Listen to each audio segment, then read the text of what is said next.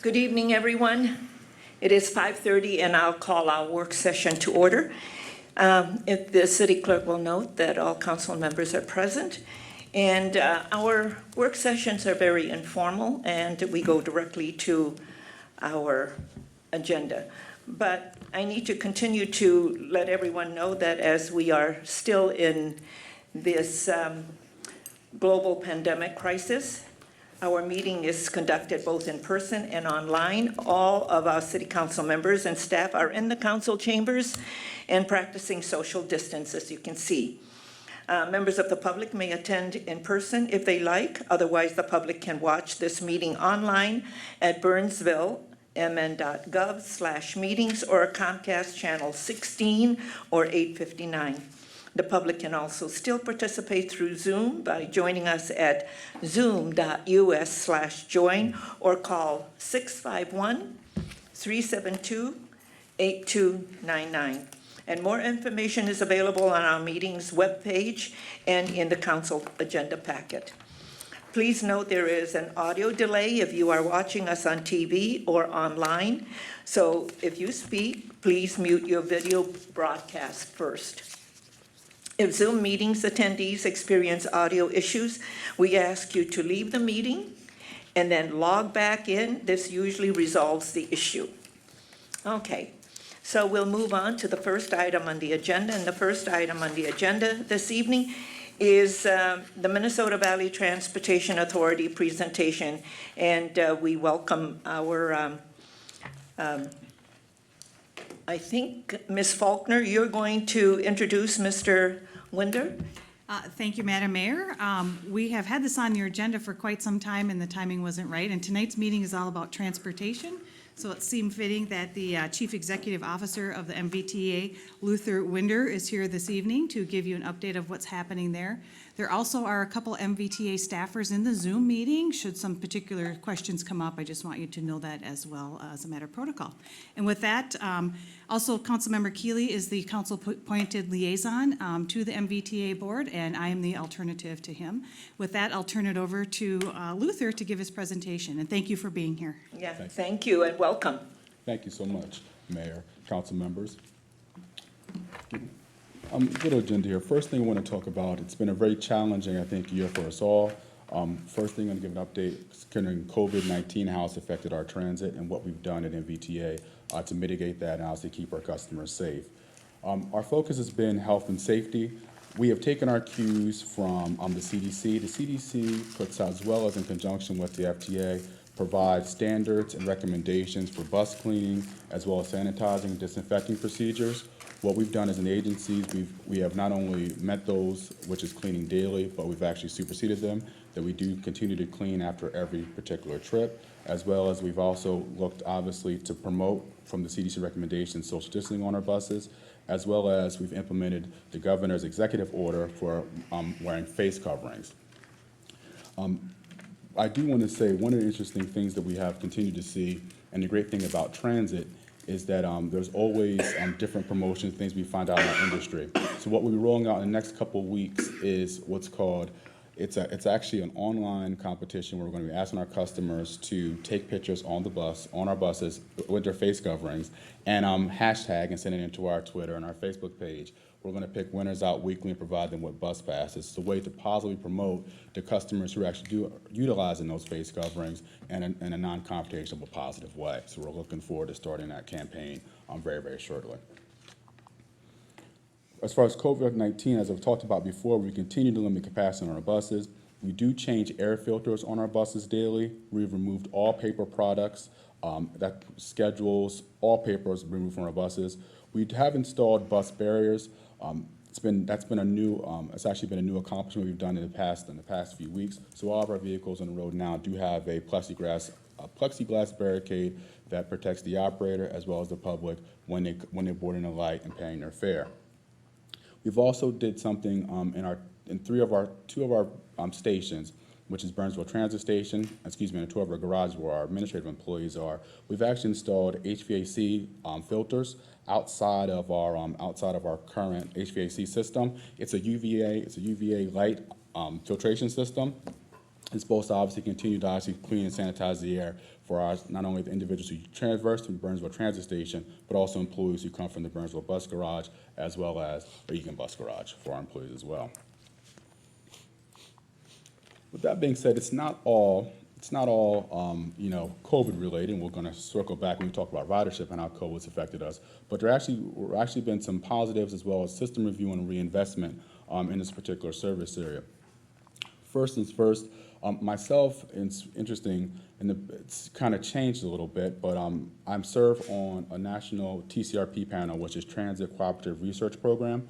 I was selected on the panel with about 6 other CEOs from small and medium-sized agencies from around the country, and we've been looking at innovative practices for planning for small and mid-sized transit agencies. We're developing a report right now. So we started off meeting in the National Institutes of Health and National Institute of Science and Technology in DC. Now we do Zoom meetings. But one of the things we've been continued to look at is just different. We started out looking at just ways from first and last mile, as well as how we can obviously continue to look at public-private partnerships across the nation, and looking at best practices we see from other transit agencies in order to obviously to engage and increase ridership. Recently, the last few meetings we've really focused on COVID because that's actually affected ridership. But some of the report will be out in the next 2 months. But some of the things we've adopted, we've looked at, will actually help us in our service area continue to kind of win back customers, looking at some of the service models that some other transit have done across the country. And I will say MnDOT actually submitted some good information, a good case study that we'll be utilizing in this report too in the next couple months. So I'll forward that over when that's for a review, or come back and talk to that when that report is finished. As far as Burnsville service update in particular, COVID-19 in the beginning obviously led to a number of route suspensions in late March, but in June and September, service changes reintroduced many routes back to regular weekday service, with others coming back on a limited schedule. Currently, right now, we're operating 55% of our base schedule pre-COVID. We're actually, in October, when we do an expansion of our Connect service to Rosemont and Apple Valley, we'll be at 59% of our base served platform hour pre-COVID. Our current service, as you see, our 442 still runs. That's our Burnsville to Apple Valley on the weekends. We still have a 44 service that goes to Mall of America, serves Burnsville Transit Station. Our 460 to Minneapolis is operating. Just recently, back in September, we put our 465, which is one of obviously going to UNM, and we've seen, and first day of service was actually yesterday. We've seen about, I think, 60 students that rode the bus that go back to UNM, so we're hoping to continue to see that to increase, as well as our 480 service out of Egan. You serve Burnsville Transit Station, but it still serves St. Paul, and our Route 495, of course, which goes from Burnsville Transit Station to Mall of America, as well as serves Marshall Road and some of the businesses in Shakopee and in Prior Lake. Overall ridership, just like I think what the Metro Transit had the same, we were having a banner year in January. We had record ridership in January, and then in February we were holding consistent. We were going to have a banner year, and then our market fell out a little bit. What we've continued to see is we're down about 55% total ridership. This same snapshot of July of last year. It's one thing to understand that local suburban continues to be extremely strong across the region. We're at 50% ridership for our local suburban local. Our express is at 10% of what it was, because obviously individuals aren't traversing downtown. But another bright spot is our express suburban service, which is our 495, is at 70%. So understanding that across the board, suburban local continues to be one of the strongest performing route categories alongside BRT in the region, because individuals may not be traversing down to Minneapolis or St. Paul, but they're still traversing obviously throughout the suburbs to and from work, shopping, things of that nature. And our express suburban, as you know, as those individuals are going to our manufacturing hubs, as well as our works that we see in the suburban market. They're not traditionally 8 to 4:30 work from home individuals either. And what we see nationally is there's probably going to be a reorganization moving forward, that suburban transit ridership has not fallen as much as we've seen urban, because those individuals, there's not been the economic pressure for those individuals to still work from home, as you've seen in some of your larger urban cities. So that's one of the trends, and that actually came out also in the Dakota County Chamber of Commerce study as well too. One observation they noted as well, and what we do see not only in the region but in our service area, suburban local continues to be relatively strong comparably. MVTA Connect. So that's our app-based service that we started last year that serves Savage and Western Burnsville. The top Burnsville destinations for that service, and that's our, if you're not familiar with that, that's our on-demand service similar to Uber and Lyft, where customers download an app on their phone and request a ride just as they would do Uber and Lyft within the geographical service area that you see on the map there. They can either pay on the app, or we also give the option for individuals to pay on the bus. Our top destinations for that, I'm very proud of this, is our Burnsville Transit Station, Walmart, as well as retail areas surrounding Burnsville Center and Nicollet Avenue. One of the great things where we designed this was to be a feeder service to our traditional fixed route, not necessarily to supplement our fixed route. So it's continued to be one of our top destinations is Burnsville Transit, where individuals come to the transit station and then catch local fixed route services to traverse the region to get to where they need to go. Excuse me. We do have a planned expansion for Apple Valley and Rosemont in the fall of 2020. Orange Line Connector. That's a service it's a few years out. So MVTA was awarded funding through Regional Station in 2018. That's going to be weekday local service to connect Orange Line Phase 1 terminus with anticipated redevelopment in Burnsville and high-density residential areas. It's going to have 30-minute on frequency all day. The project costs about $3.4 million, and its estimated start date is going to be spring 22. What we're going to be rolling out in late of 2021 is a working group, obviously with the city of Burnsville, to continue to refine what that service is going to look like and where it's going to operate to. You can kind of see on the map right now, it's a rough draft of what we have. Obviously, Heart cities will be at Fairview Ridges, Burnsville Center. That's where we're talking about for anticipated redevelopment, where it shares around Burnsville Center, as well as for high-density residential areas. There's some density happening around Greenhaven Drive apartments, so we're looking to serve that particular area as those things come online in the future. But there'll be a work group working closely with the city as we design that service to connect into the Orange Line. Moving along. One of the things we were doing prior to COVID, but COVID really necessitated the view, was we're doing a system-wide study. So we're about to go out in the next few weeks with RFP release. It's going to be a comprehensive review of MBTA transit service. We'll examine unmet needs and opportunities. The study will address factors influencing use of public transit, parking capacity, schedules, route design, amenities, marketing, land use, COVID-19, etc.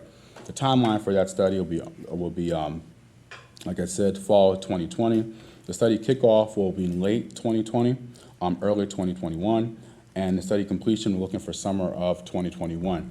One of the things that we'll be rolling out really soon that Aaron, who is the planning manager for MVTA, we'll be setting up a work group with all the planners of all the cities that we have in our service area as a prerequisite to start talking about just the various service, what we're looking at doing service changes, as well as getting an understanding of just what's happening, obviously, in every one particular city. So we're going to start off Zoom calls, and we'll use that to feed into, that'll be the prerequisite as we feed into our system-wide study as we move forward. So that'll be coming out, that invitation will be coming out really soon, and we're kind of excited. It's kind of a good way, obviously, to continue that communication, that dialogue, as we build where we're going to go to next in 2021. Hopefully 2021 is a little better than 2020, but that's our hope.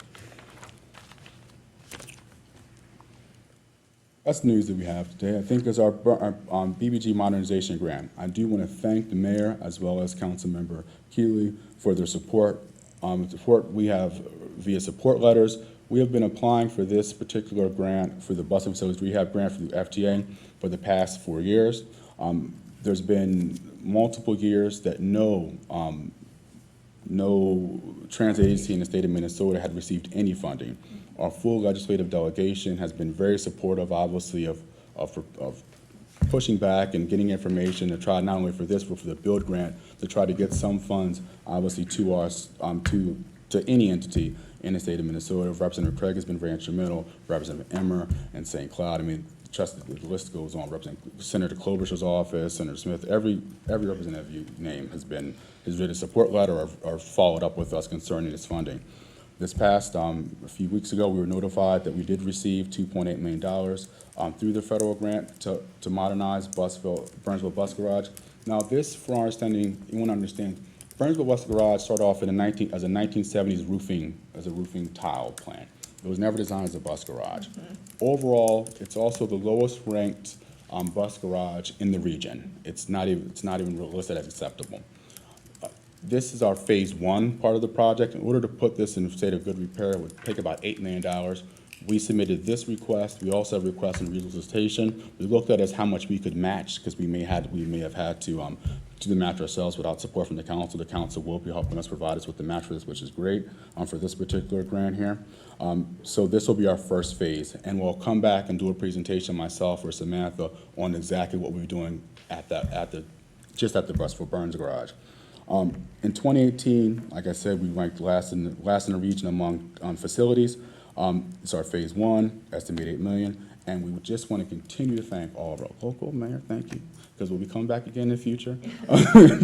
Obviously, Commissioner Keeley, Councilmember Keeley, thank you so much again for your support letters and your advocacy for this particular project. And this actually obviously directly benefits the workers who work in the city of Burnsville. Are there any questions? So on your study that you're going to be doing, are you going to also evaluate the shifts in jobs and the shifts in industry due to innovation and automation, so that you can truly understand what the ridership is going to be? Because right now you're doing well with 55% of pre-COVID, but is that sustainable as you continue to move forward? Yes, one of the things we have a program right now called COGO, where we do have a lot of information. We reach out currently. COGO is our business program that we have a lot of consultation and communication with local businesses in our service area, talking about their work shifts, what they see themselves moving in the future. We definitely be looking at what we see the workspace and the landscape looking at in the future when it comes to just commuting in general in our particular service area, pre-COVID, pre and after COVID. So that would definitely be a part of this study. Yeah. What are you hearing with regard to on your national organization that you belong to with regard to transit? It's a great question. One of the things we're seeing, obviously, express service across the board, BRT service, even some light rail service, those services are designed, obviously, to take large groups of masses to downtown. Suburban, same thing with suburban commuter service. What we're seeing is the opportunity there's going to start, and we're seeing that now, of that reverse commute, where you have companies that are looking to relocate outside of the urban core to the suburbs, but that still necessitates the ability to pull those individuals from the core to the suburbs. And that's actually been exacerbated by COVID in a positive way. So what we continue to see on our Route 495 at 70% of pre-COVID levels, that's what we're seeing. This region's a little unique too, because there's some other factors that have to play into that, but definitely COVID, we're seeing the market grow for suburban transit. And I imagine that you will then also adjust your routes rather than all of them express downtown. You're going to have to fan out on the 494 corridor. Exactly. Okay. So I was on the board of MVTA when we bought the Burnsville garage. So I know what it is like, and I know all the needs, because when we built the Egan, because I was on the board when we built Egan, Burnsville really needed a lot of work. So I'm glad to see that we have the money to upgrade it so that it can be at least be in good standards within the metro. Thank you. I would say if anyone wants to, we have been really working hard. We've been taking the opportunity from COVID to work on our facilities, because obviously we have low ridership. Customers aren't using our facilities as much, but from the commuter standpoint, so we've done a really good job from a cosmetic standpoint, just some cosmetic repainting and some plants outside of Burnsville bus garage. It looks completely different now. Drive by it, it looks inside not so much, but outside we've done it. We tried to do do a good job, and now we're doing that with all of our stations. So that as our ridership does come back, we have a refreshed outlook for them, because we want to make sure they understand that we want them back, and we're going to make sure they see not only what we've seen before, not only the safety aspect of it, but the cleanness of our service moving forward. Okay. Anybody have questions? Yeah, Councilmember Gustafson, Do and then Councilmember Keeley. As you're going through these changes, you're talking about our southern areas getting busier while our downtowns are obviously slowing down because most people aren't working down there anymore. Do you envision bringing in more circular lines throughout the two counties here where we're serving between the cities to move people for jobs and shopping and all that? Pre-COVID, I've always personally felt, and me and Aaron talk about this frequently, a need for looking at some circulator service, and that was one of the impetus of why we wanted to do a transit study. We've talked about this transit study now for the past 2 or 3 years. It's always been a funding issue. It's never been. So I definitely see now, even with the COVID, precipitated need for that in the future. But even prior to that, we think there definitely is need for more suburban obviously travel. Okay. Councilmember Keeley. Thank you, Madam Mayor. Can I take this off while I talk? Yeah, great. It's easier. I can breathe. Thank you. I just want to compliment our executive director. Luther does an outstanding job and has ever since he took this position a few years back. He gets a lot of support and accolades from the board members, and has definitely been a very strong, confident leader through this entire COVID challenge. That, as he noted, we're currently 10% of Express. I think at one point it was 4% at the bottom. So my compliments to all the work that you do. It's a pleasure to serve on that board with you and the other board members. And we have a lot of things to talk about these days, COVID being probably first and foremost, but there are other challenges that we have as an opt-out organization, depending on Met Council for our funding. And so we're having some good conversations, hopefully productive conversations to help that get along and make sure that we can position ourselves as a transit organization to meet the needs of tomorrow's riders, which it's pretty clear by the numbers, as Luther alluded to, local service is still holding very strongly and will only get better as we come out of the COVID impact to our economy. And we may find that express into downtown doesn't get back to those levels for a very long time, but I'm really excited about our innovation with the MBTA Connect, the on-demand service, basically the Uber bus, as I'll call it, and I'm excited about the expansion of that, and I think that's quite frankly where the majority of our growth is really going to happen, because in the future with less express riders and more people needing to go from point A to point B, you really can't establish a grid of routes that's going to meet everyone's needs. And so, on-demand, point-to-point service is really the ideal solution. So anyway, thank you very much. I appreciate the presentation and definitely appreciate working with you, Luther. Councilmember Schultz. I was very happy to hear you outline the selfie contest that you're going to be doing. I think any time that government can engage residents and encourage them through, like voluntary, mutually beneficial ways such as that, that's really great to see. I like carrots, not a fan of sticks, so very happy to see that. And happy to see that, that you're making it fun and that kind of thing. So my appreciation to you for that.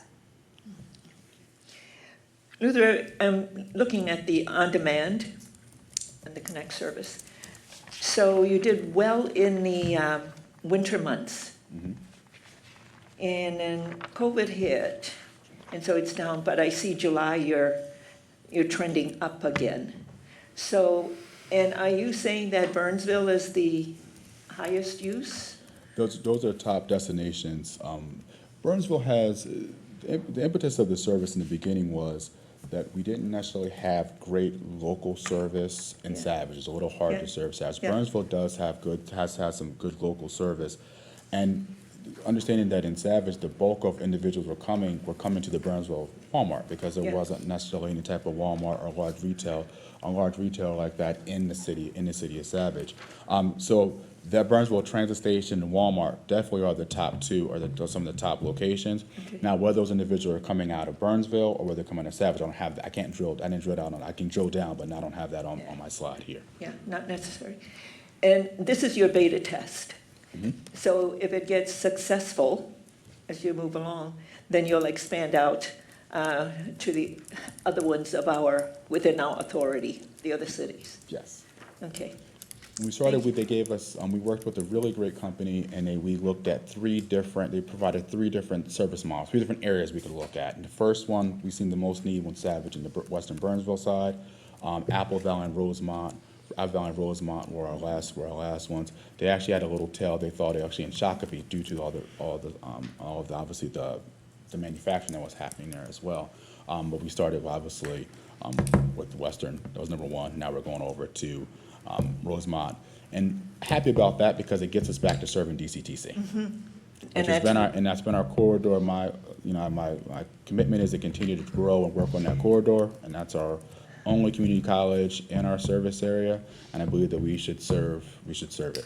Well, that's always been a challenge because there has always been a need to have service to the technical college, but there wasn't enough ridership because the subsidy was so high to even have one bus with 3 or 4 people on it. And so it wasn't cost effective and it wouldn't pencil out when I was on the board. So this will help Hopefully. if we continue and it becomes a very successful service. So that'll help with some of those demands, but you don't have to have a whole bus route taking bus, it, yeah. So I think Councilmember Keeley might have talked to you about one of our residents who does, they don't have a smartphone, so they couldn't get the app.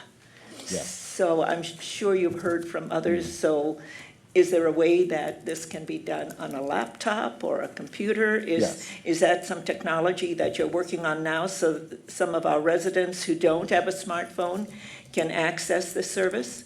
Definitely can be done on a computer, so it can definitely be done on a computer or a smartphone.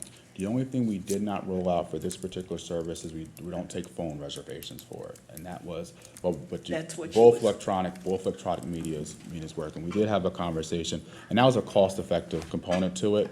Every time you have to have an operator, you normally have to obviously, our current flex route service, even though we didn't get that many reservations, we still had to book that and do the input there.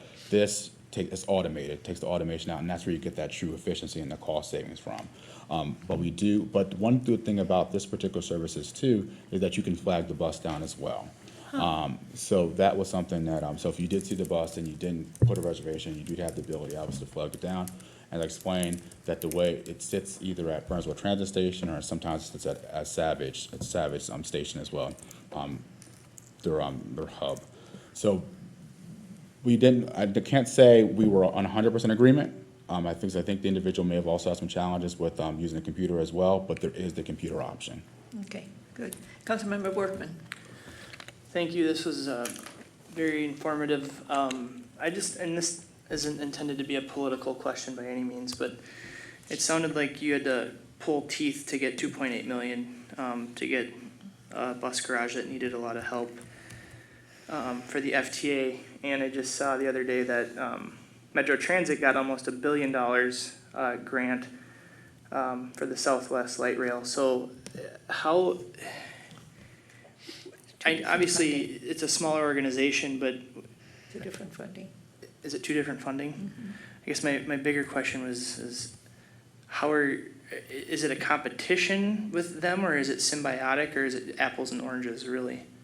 That's a quick question. When it comes to the bus and facilities grants, it is a competition from any entity that applies for it. So what ends up happening is, I think, and I have the numbers, there were almost $500 million was awarded in this last go around. but it's about $2.5 billion of actual requests because so many transits in the state is in a state of good repair. There has been, so we have, and the council did do a match for us for our application so we could receive some funding. I do think as we move forward from a regional perspective and how we say may utilize our funds that we procure buses with, I know the council's had some, as Metro Trans was able to do some extend the life of their buses and use that funding to build Haywood 2, expand Haywood 2. That option wasn't necessarily available to MVTA. We couldn't extend the life of our bus and take that funding and obviously repair Burnsville Bus Garage. Had that been available, we probably would have been a lot further along and not been in this competition for the last 4 to 5 years. But for the most part, we're just partners unless we both compete for the same funding for the FTA side. Okay, thank you. Okay, any other questions? Really, thank you so much for coming in. Really appreciate it, and I think this is good because our residents are watching and we have a lot of bus riders. And so, yeah, so thank you so much. We really appreciate it when we can put this on TV and they can go back and stream it. And when they ask questions, we can always direct them to hear your report. No problem. Thank you so so much. Yeah. Okay, we'll move on to our next item. The next item is the Dakota Broadband Board update, and this is an update, and Tom Venables, our IT director, is presenting.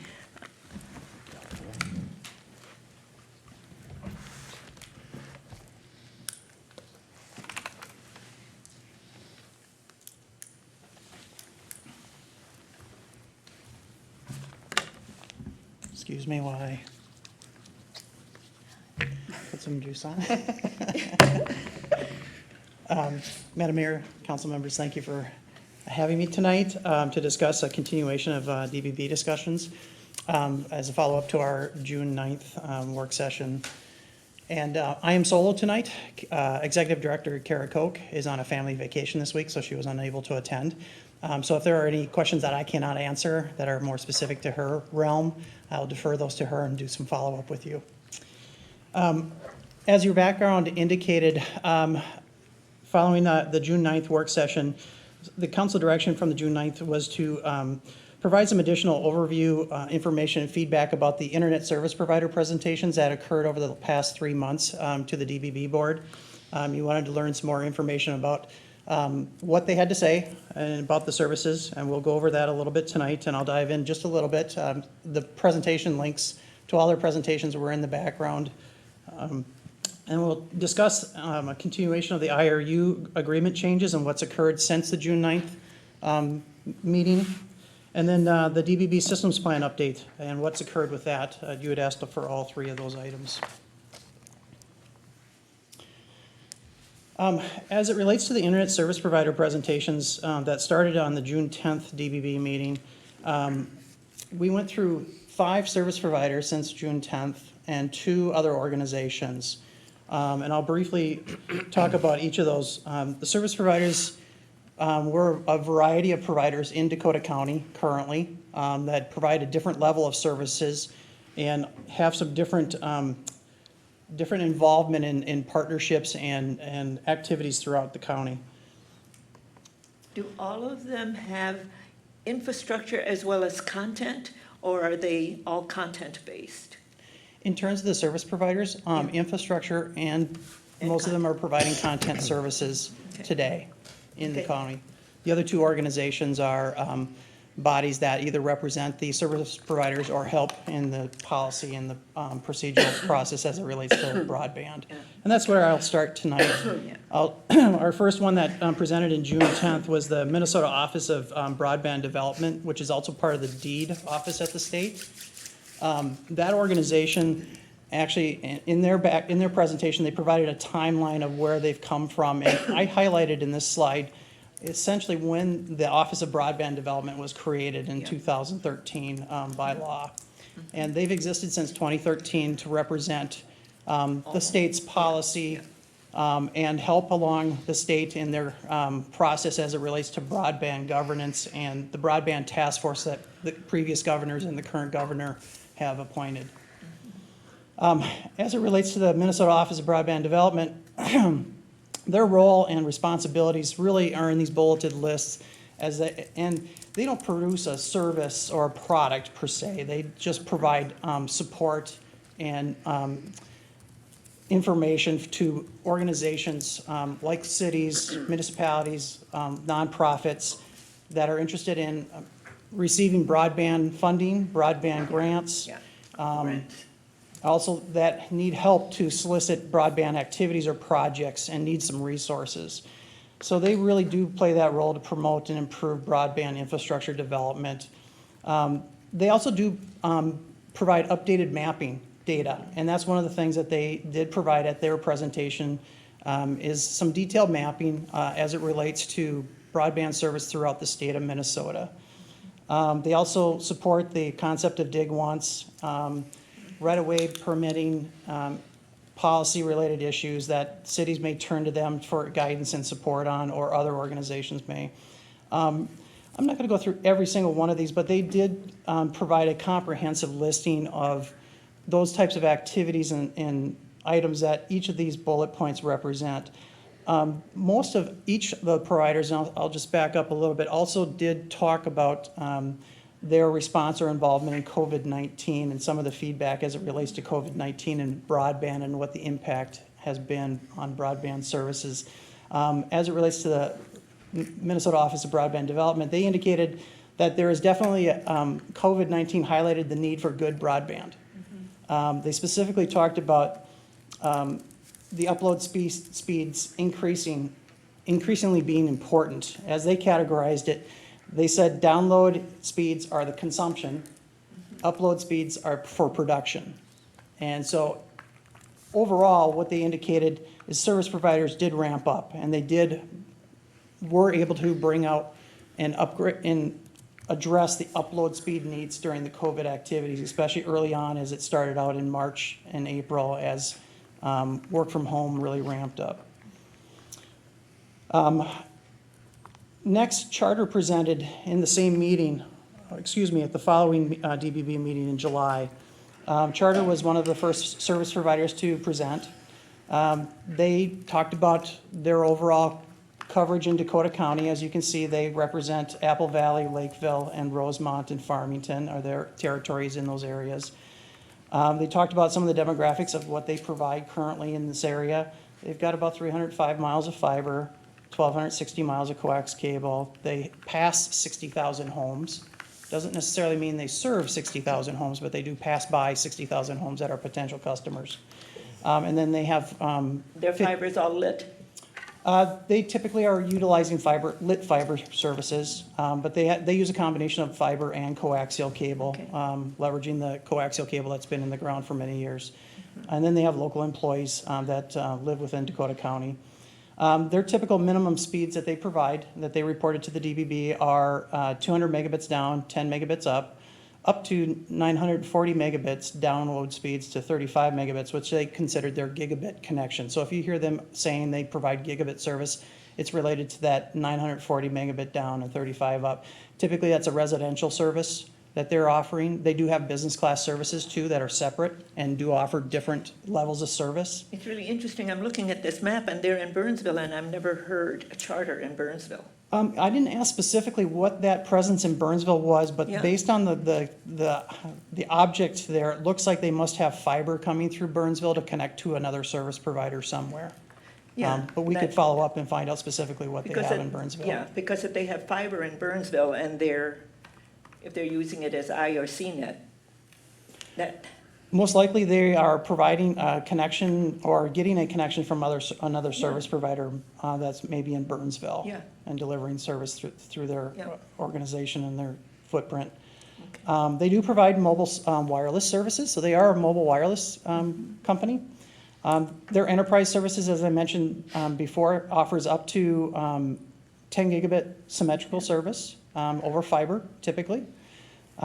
And they are also involved in public-private partnerships, which they did discuss and they got into.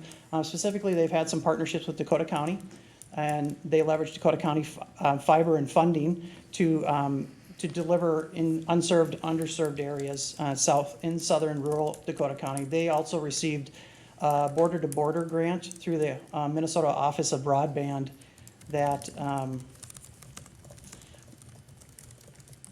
that was able to allow them to build out their fiber network to an underserved area of Dakota County. That involved the state of Minnesota, Dakota County, and Charter. They also discussed their COVID-19 response, very similar to what the Minnesota Office of Broadband also indicated. They ramped up during the early periods. They were able to accommodate that ramp up, and they continue to accommodate the services that are being demanded of their subscribers. At that same meeting in July, Velocity Telephone, and also known as Gigabit Minnesota, presented. Velocity Telephone is a telephone service provider. They are also a voice and video and data provider. They tend to build out fiber now to residential areas, and they also build out fiber to multi-dwelling units. And they focused on what they do within Dakota County, obviously. They're what they consider a 100% fiber-based network. So when they build out or they utilize fiber from others, they're utilizing fiber optic cable specifically. So they partner with those who have fiber in the ground already. They do. That's been part of their business model early on. And they also formed that company called Gigabit Minnesota to start building out their own fiber where they could too. So they do both.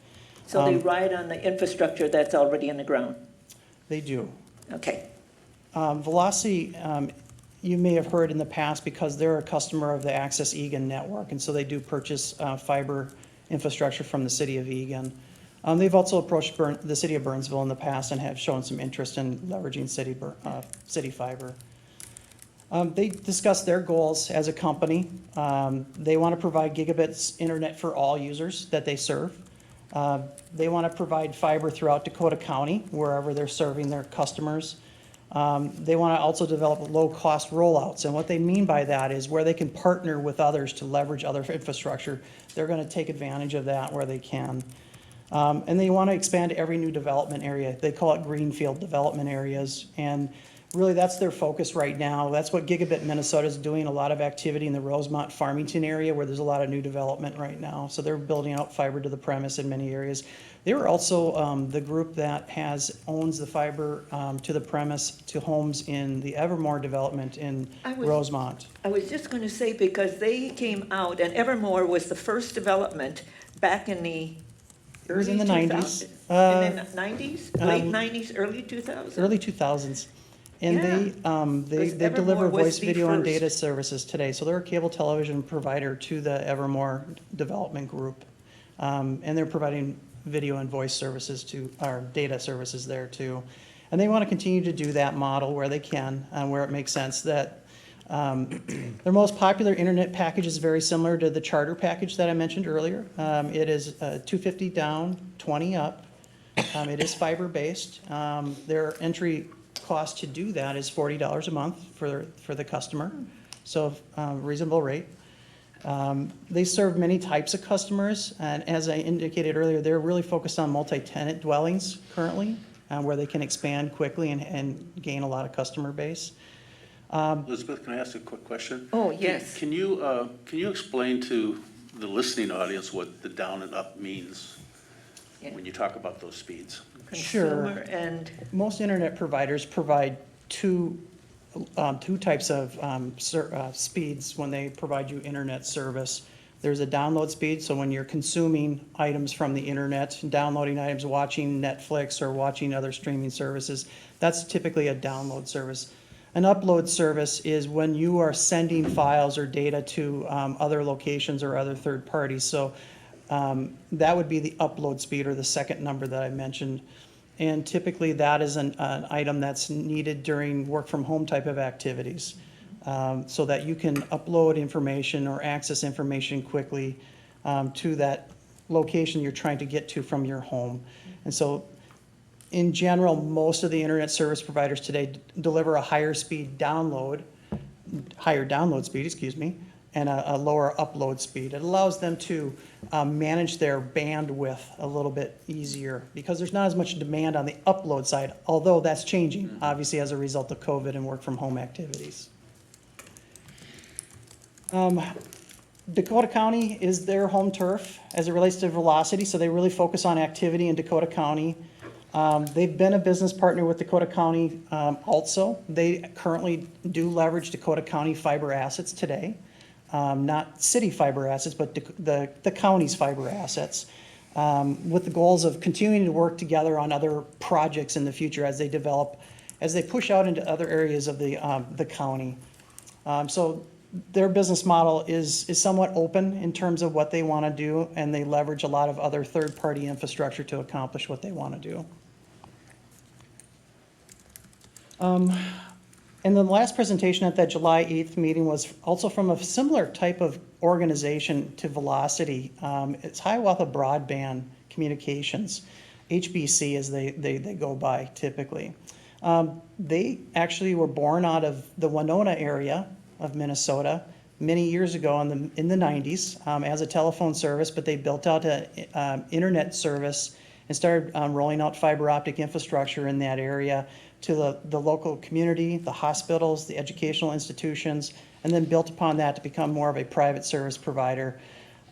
Their mission, as it's listed here, is to enhance and enrich lives of those they serve. They've continued to expand into the Dakota County area recently, but as you can see with the map there, they're in the southeast portion of Minnesota for the most part, but they have a fairly extensive reach out to the west now, going out past, I believe it's Gaylord area, even further past that, Redwood Falls area. And they continue to expand. They are also a triple play service provider, so they provide voice, video, and data services. They do provide wireless broadband services too, so fixed wireless. So fixed wireless is typically site-to-site type of wireless service. Where that becomes very popular is in rural areas where maybe a farmer out in the middle of nowhere just needs internet service and it's tough to get infrastructure out to that location. And they may put up a site-to-site wireless connector or connection to get to that location. So they do a combination of things. So that makes them somewhat unique in terms of a service provider. They've been in the business for over 23 years in this area. They do want to provide residential and business services, and they continue to expand. And they do provide fiber to the premise, fiber to the home type of services. And as you can see there, it is their wireless broadband. Also, they can deliver at different speeds of 25, 50, and 100 megabits. So pretty substantial service as it relates to fixed wireless. Councilmember Gustafson. Can you explain how wireless works? What's needed for wireless to work? Yeah. So fixed wireless broadband typically needs a backhaul service in order to get from point A to point B. Point A might be the wireless antenna on the farmer's home. Point B is the wireless receiver that's connecting to the service provider, which is in this case HBC. In order to get that signal that they capture back to their main network, they generally connect that wireless receiver to fiber optic cable. So in most cases, fiber is a complementary service to any wireless service provider.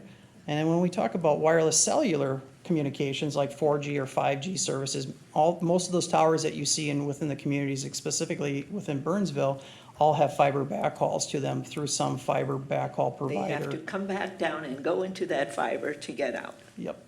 And in at least a couple cases, we as a city are providing fiber backhaul services to service providers that are our water tower sites to provide to their tenants who are wireless cellular service customers. So it's a partnership. It's a cohesive type of arrangement. HBC also discussed what their involvement is in the community. They also did talk about their partnerships with Dakota County. They currently also lease fiber from Dakota County in the areas of rural Dakota County to get into the northern areas of Dakota County. So they've got some partnerships with the county in place today. And they continue to expect that kind of growth going forward as they want to continue to expand their reach into the southern areas of Minnesota. Our following meeting in August, on the August 12th meeting, we had Comcast and the Minnesota Cable Communications Association present. Very similar conversations. Comcast went through their overview of their demographics as a company as it relates to Minnesota, but they also talked about their national presence too. In Dakota County specifically, they had some statistics or information related to the homes passed as Charter did. They passed 108,330 homes. They have 164 employees in Dakota County. They connect up to 5,681 business customers in Dakota County currently, and they provide a gig service, and they call it a gig service, very similar to Charter in the sense that it's can be a gigabit download speeds, but it's a lower speed upload, so very similar in that regard. And then they also focused on their Xfinity services. So Xfinity is their services that deliver voice, video, and data applications and services to the homes and businesses. But in addition to that, they're also branding their mobile wireless service as Xfinity. They provide Wi-Fi service now too in many areas. They also do home security now and brand it as Xfinity service. So if you're an Xfinity customer, you can have home alarm service through Comcast, and then remote voice command services too with those fancy new remotes that they have. They talked about their local and state impact overall. They pay in $129 million in state taxes, fees, and permits overall annually. This is from 2019, and $1.2 billion in tech and infrastructure since 2011. So that's their investment in Minnesota. And then they also paid in $2.8 million in franchise fees in 2019 in Dakota County. And the franchise fees are the fees that they collect from the customers on behalf of the local franchises. And then they also talked about their COVID-19 response. Again, very consistent with what you've already heard and what we were told from the other providers, that they were able to ramp up very quickly during that early part of the COVID activity. They were able to respond to it with no problems, and they continue to be able to respond to that during the ongoing activities with COVID. They are, as a company, trying to become a one-stop shop so that you as a customer, if you're a business customer or a residential customer, can buy a lot of services from them and just work through them and not worry about getting your phone from somebody else, your video from somebody else, your data, and then all those other services I talked about it with Xfinity. They also are considered, at least they indicated they're the largest converged IP network nationwide that can scale up to 100 gigabit service. So that's a lot of words, but they have got a large presence throughout the country, fiber optic connectivity through multiple states, and so they deliver services throughout the country and not just in Minnesota. And their network capacity does, according to Comcast, doubles every 18 to 24 months. So their ability to deliver faster, bigger broadband service through their existing network doubles every 18 to 24 months.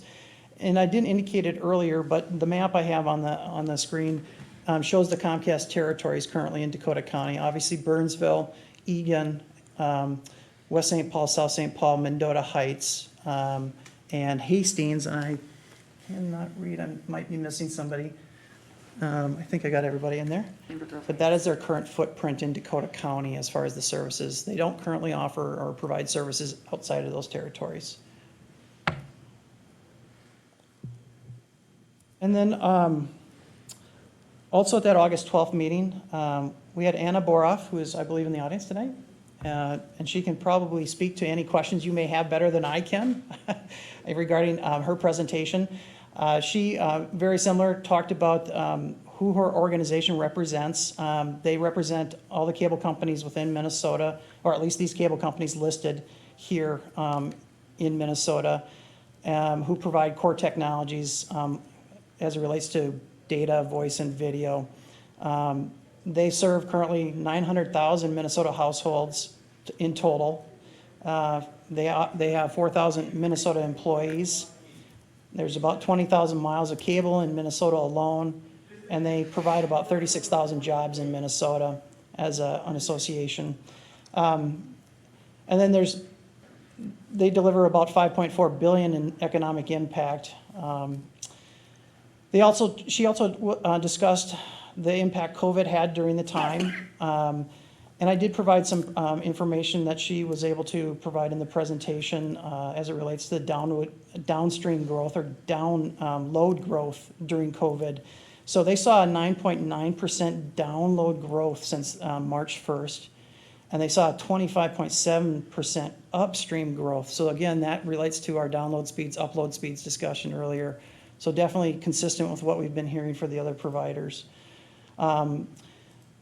She went through and provided an overview of the community involvement each of the companies her association represents have with each of their communities, and also talked about how Dakota County is ranked as it relates to broadband availability. It's number 7 in Minnesota. And then she provided some additional statistics related to how much is served in Minnesota based on the state's goal of 25. Those numbers are, so the state has a broadband goal by 2022 of having service providers deliver 25 meg download and 3 meg upload at a minimum. So in order to be considered a broadband service provider, you would have to meet those minimums. That's the state's goal right now. And according to Anna, these companies in the association are meeting 98.31% of that served today. And then as it relates to the state's 2026 goal of 100 meg download speeds and 20 meg uploads, they're already meeting 97.56% of that today. And then there's additional goals downstream in later years that the state has set. We did not talk about that.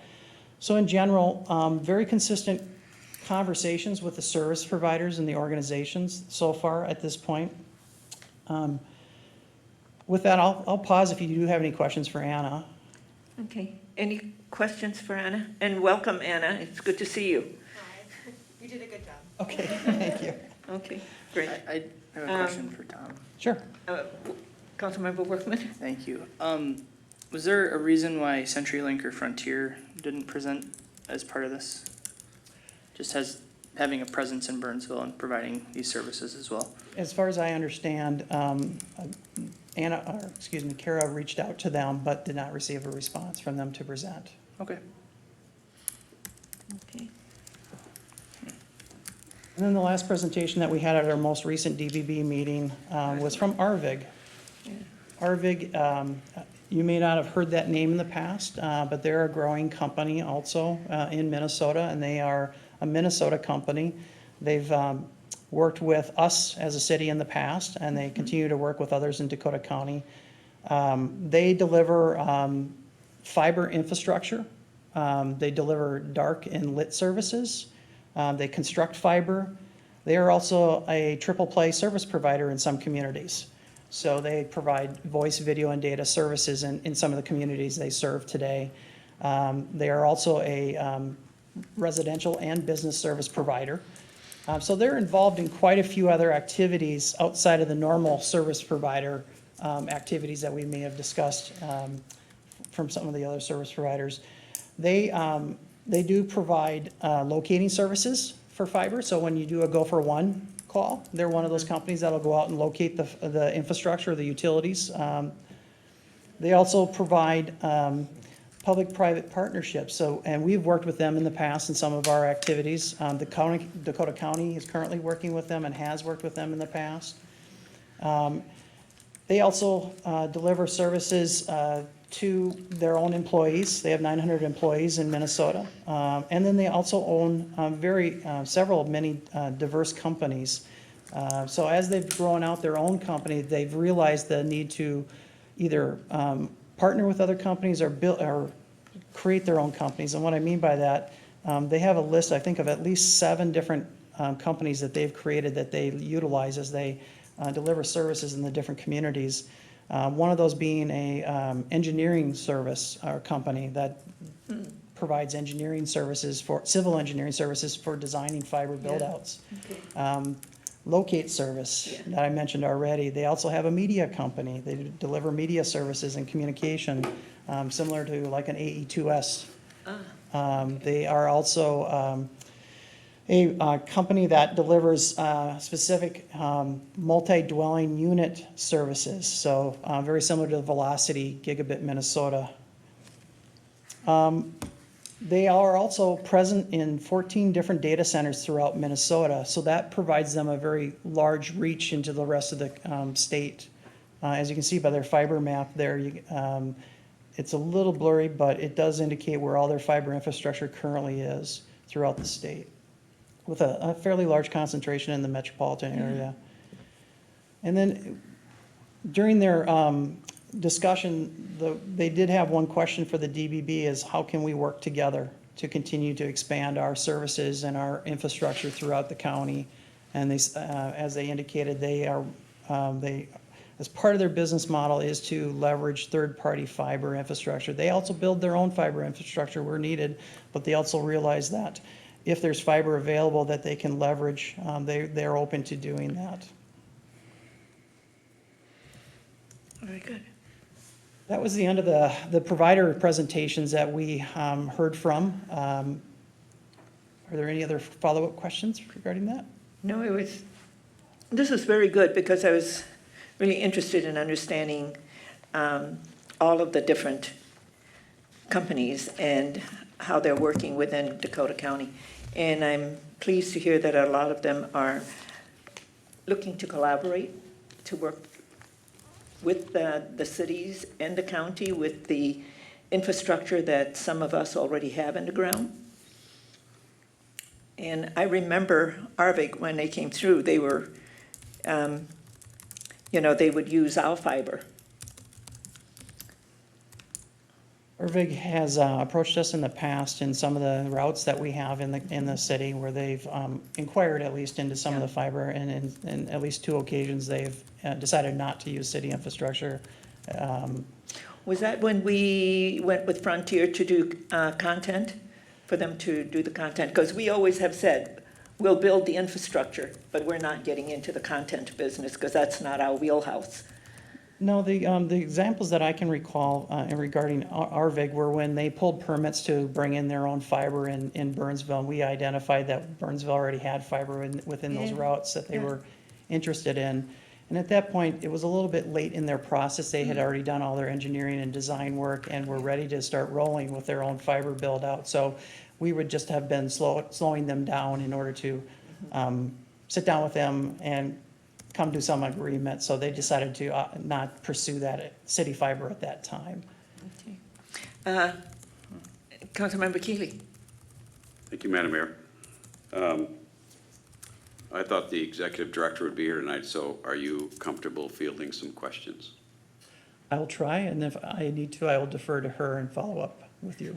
Well, And we have Councilmember Gustafson, who's our liaison also. and I'm sure he'll chime in as well. I want to back up because we've had multiple discussions about the DBB, and I think we've made clear a lot of our opinions and perspectives, and we still don't have a separate IRU for an INET or CNET, and until we see that, I'm not going to support going forward with it. In fact, I suggested that maybe we should consider pulling out of it, but set that aside. Can you articulate what's the end goal for the DBB? What is that entity trying to achieve specifically?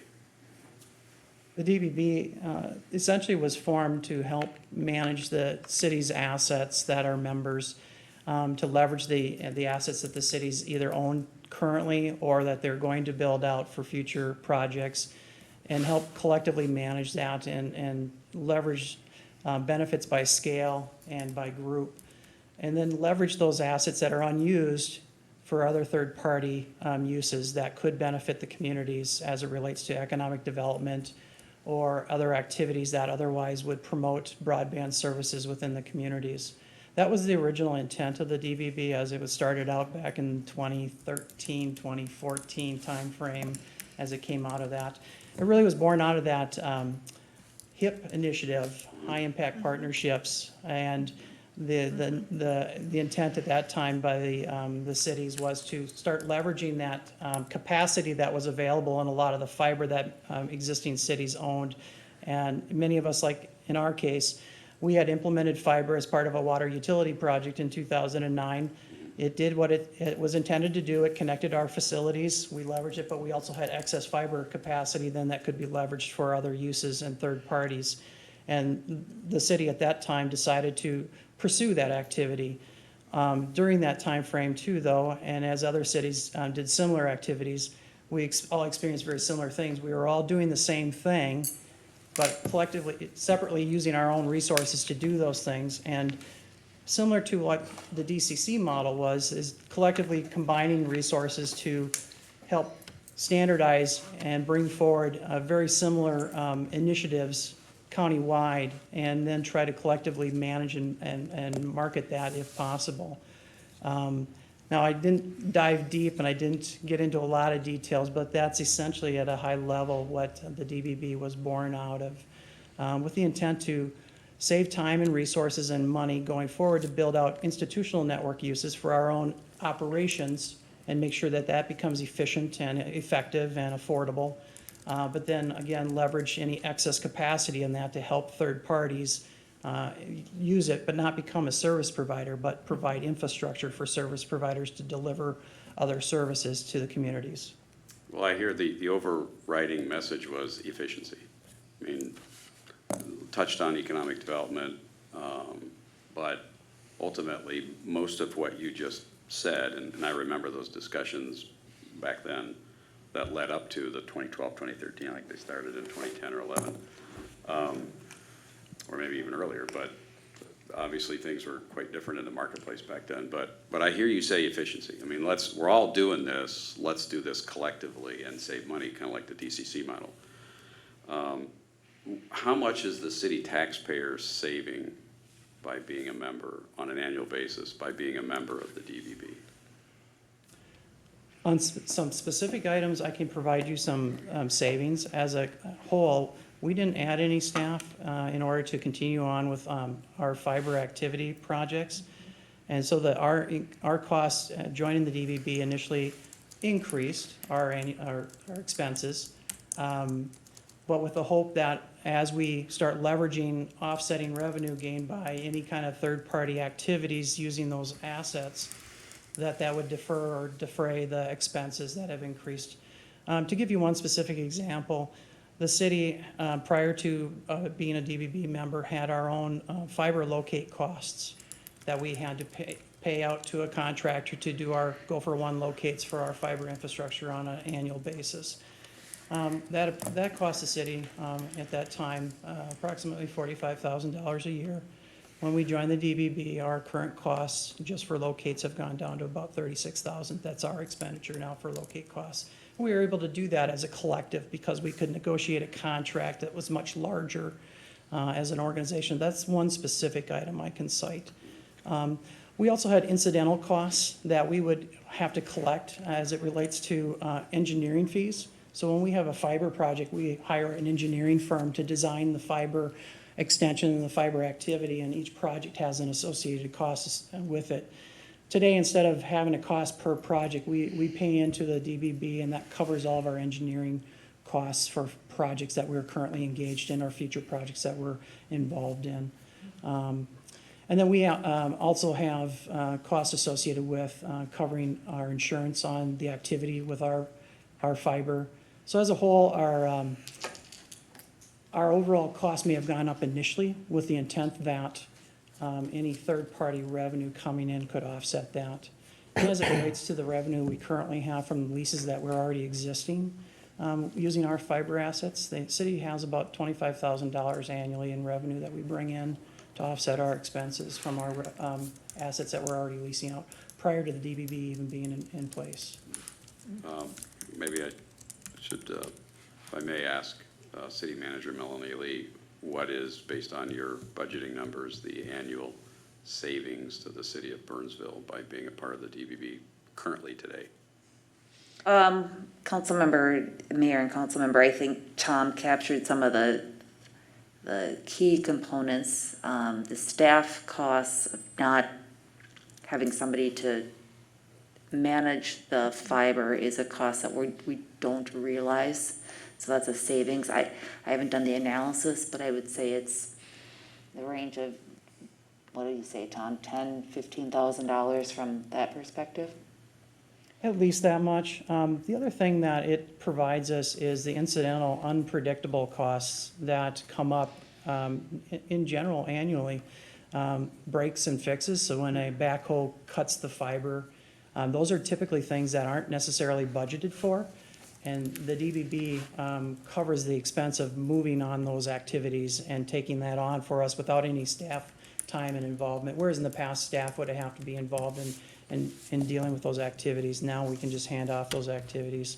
The other type of incidental savings in terms of time is examples of when there are third parties interested in city assets, those fiber assets, where we can just pass that off to the DBB staff to take that on. And a more recent one is MVTA. They've got an interest in leveraging some city fiber assets to provide another internet path to their bus garage here in Burnsville.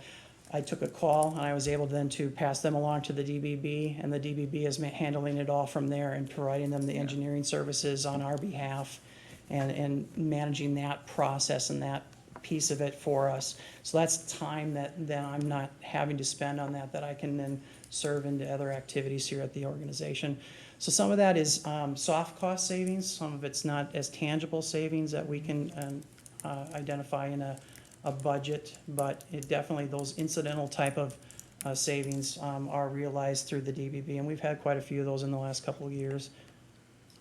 Thank you. It's, when we look at what are we getting, we're getting some efficiency of 10 or 15,000 plus some of those incidental things that you can't really predict, miscellaneous costs.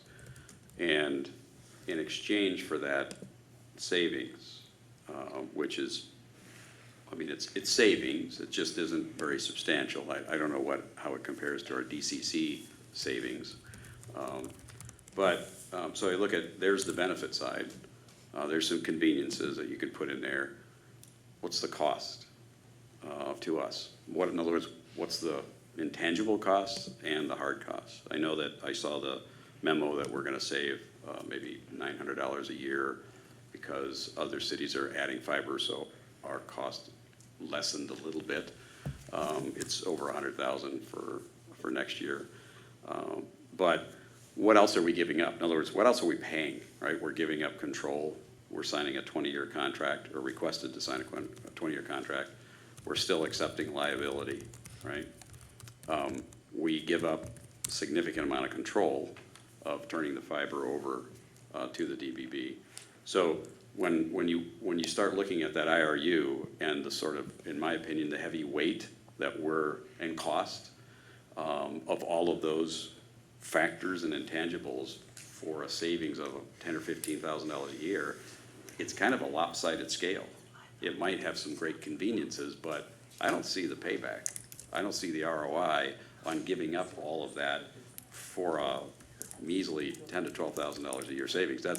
We're giving up a lot. I mean, I put a lot of value, put it that way, personally. I'm not speaking on behalf of anybody else here, but I put a lot of value on giving up control of that asset, giving up a certain amount of voting control, giving up in a contract situation, having the kind of requirements that contract that RU is demanding. It's a lot of cost. In other words, I just look at it, is this a fair deal for Burnsville? And it does not seem like it's anywhere near a fair deal from my perspective. And I don't know if any one of us, if this was our own business, would we, for a savings of that much a year, give up all of those factors and controls? So I think that's maybe something we have to ask ourselves. So the other thing I just wanted to ask you, you're in the tech industry, right? So you follow this stuff. I do, because I'm a tech junkie from a long time ago, and I just love technology, so I follow it very closely. Back in 2010, 2011, when we started these discussions, what was the broadband speed availability, generally speaking, in the city of Burnsville? As it relates to city operations, we were providing our own broadband speeds. We were doing gigabit services back in 2009, 2011. Today, we're doing 10 gigabit services between our facilities, Right. using our own dark fiber infrastructure. In terms of the community, Right, the marketplace. Right? the marketplace, much different landscape. Obviously, there was much less quality service and services available as it relates to the broadband speeds they have today. If I recall 10 years ago what those were, they may have been 20 megabit service, maybe 10 megabit. It varied widely. Yes. And depending on what service provider, DSL was a very popular service back then, and DSL typically served about 5 to 7 megabit. Yeah. And so it's a very different landscape, definitely, but also the applications and uses of broadband have changed drastically. And the types of application demands and the streaming services and the online services that are demanded have changed quite a bit. Work from home wasn't even really a concept back in 2010, 2009. Only for self-employed who could dictate. Only for techies who were working at home with Yeah. their dial-up Programmers. modems. Yeah, and Exactly. 56K was still Yeah. prevalent back then. So you did a great job articulating what was back then, and that was really the genesis and the discussion that we were having as a city in considering what we ultimately did and chose to do back then very, very delicately and very thoughtfully and very carefully, and not without a lot of consternation, to sell at a wholesale level some dark fiber, of our excess dark fiber. That was well before, fast forward, the marketplace for, just as you pointed out, and primarily the SOHO market versus the business market drove the speeds to what they are today. And the businesses ended up just sort of going along for a ride and getting the biggest benefit out of it. It was the businesses and homes back then, I mean, who loved 56K dial-up, or who loved, 3 meg. I mean, that was kind of big 10 years ago. If you could get 3 meg download, that was huge. We're talking smaller numbers, right? So the whole world has changed from the spirit of why the DBB was even created and discussed as part of that HIP thing from 10 years ago.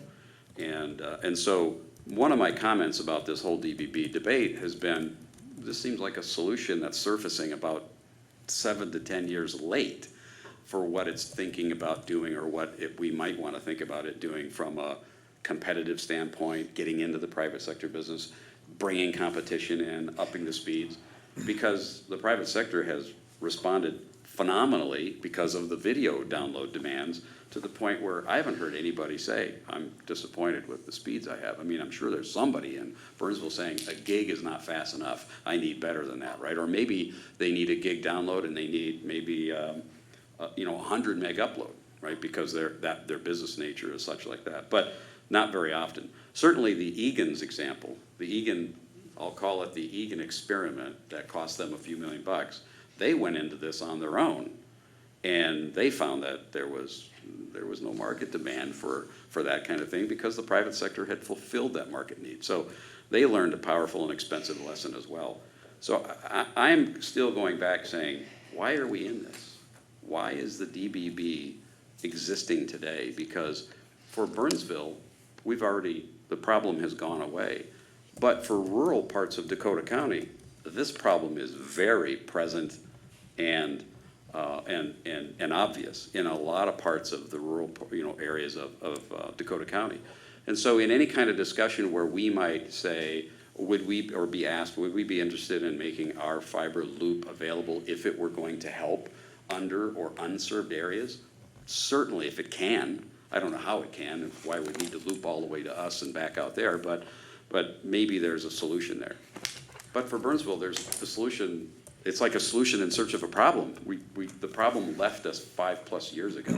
And so I still question why we're spending so much time, spending so much money for a $10,000 or $15,000 savings on something which that IRU has so many things that are too costly in my mind for us. And just how can we help the DBB focus their attention on the under and unserved areas? Because that's really where all the attention should be, just like it was 10 years ago. In Burnsville, 10 years ago, we did have some underserved areas and some underserved needs. We had businesses that were speaking out.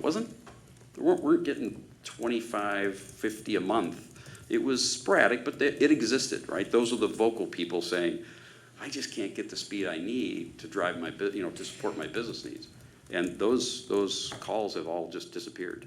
And so how do we help the DBB help the unserved areas and stop focusing and spending so much time trying to find a solution to Burnsville's air, because we don't have that issue anymore. And so that's kind of where I'm coming from, is maybe there is a place for the DVB, but certainly there's no need for an IRU in my eyes for a CNET here. But I do want to support the INET, and I think we all said we want to support that, because I think our publicly owned infrastructure, fiber, should be made available to help our publicly owned partners like the school district and the MBTA and other entities like that. Thank you. Councilmember Gustafson? A lot to respond to.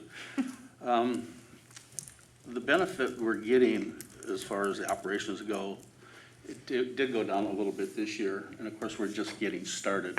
And the more fiber is added to the network, the more our costs are gonna go down in this, and it won't be just a few $1,000s, it's gonna be many, many dollars.